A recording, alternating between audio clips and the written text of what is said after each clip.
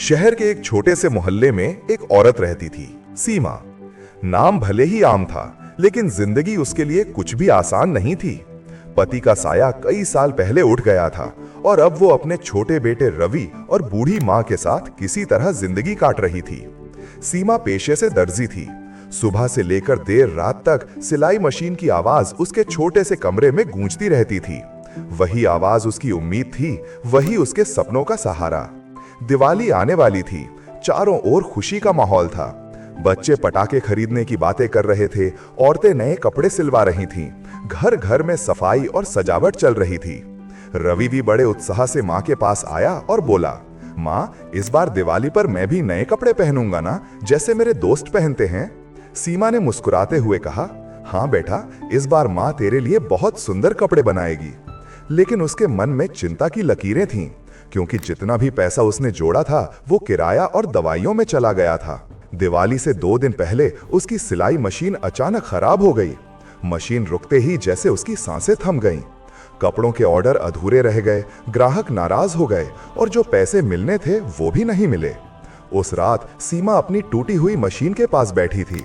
कमरे में अंधेरा था और उसकी आंखों से आंसू टपक रहे थे। उसे लगा जैसे पूरा संसार उसकी मेहनत का मजाक उड़ा रहा हो।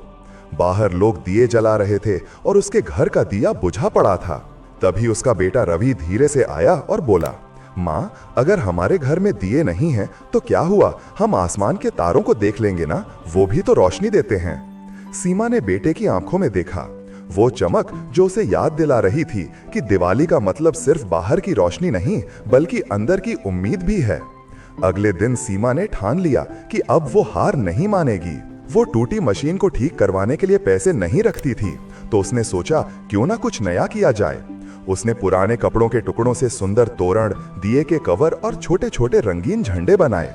फिर वो झिझकते हुए पास के बाजार में गई। लोग पहले तो हंसे, भला ये कोई बेचने की चीज है। लेकिन एक बुजुर्ग महिला रुकी। उसने वो तोरण हाथ में लिया, ध्यान से देखा और बोली, बेटी, ये तो बहुत सुंदर है, इसमें मेहनत दिखती है। उसने पूरे सेट खरीद लिए और कहा, बेटी, तेरा हाथ बहुत अच्छा है, कल और लेकर आना। सीमा के चेहरे पर मुस्कान लौट आई।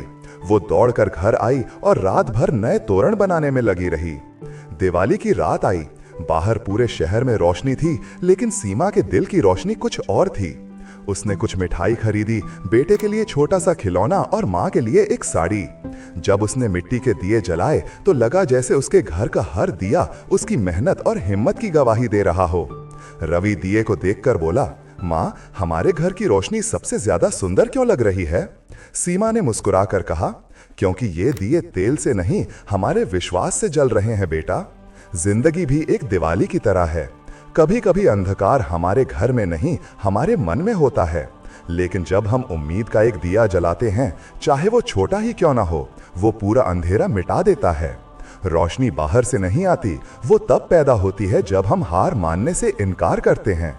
सीमा की कहानी हमें यही सिखाती है कि परिस्थितियां चाहे कितनी भी कठिन क्यों ना हो, अगर हम खुद पर विश्वास रखें तो हमारी मेहनत, हमारी लगन और हमारी सच्चाई एक ना एक दिन हमारी जिंदगी को रोशन कर ही देती है। इस दिवाली सिर्फ घर मत सजाइए, किसी के जीवन में उम्मीद का दिया जलाइए, क्योंकि असली दिवाली की खुशियां वो नहीं जो आंखों को चमक दें, बल्कि वो हैं जो दिलों को रोशन कर दें। तो दोस्तों, कहानी यहीं समाप्त होती है। दोस्तों, कहानी अच्छी लगी तो वीडियो को लाइक करके हमारे चैनल डिसेंट स्टोरी हाउस को सब्सक्राइब जरूर कर लें, क्योंकि हम आपके लिए ऐसी मोटिवेशनल, इंस्पायर, इमोशनल कहानियां लाते रहेंगे।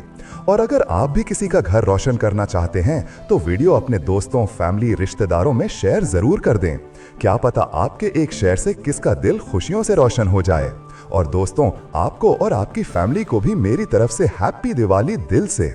तो मिलते हैं आपसे एक और दिलचस्प मोटिवेशनल कहानी के साथ। तब तक के लिए बाय, अपना ख्याल रखें और अपने घर वालों का भी। धन्यवाद।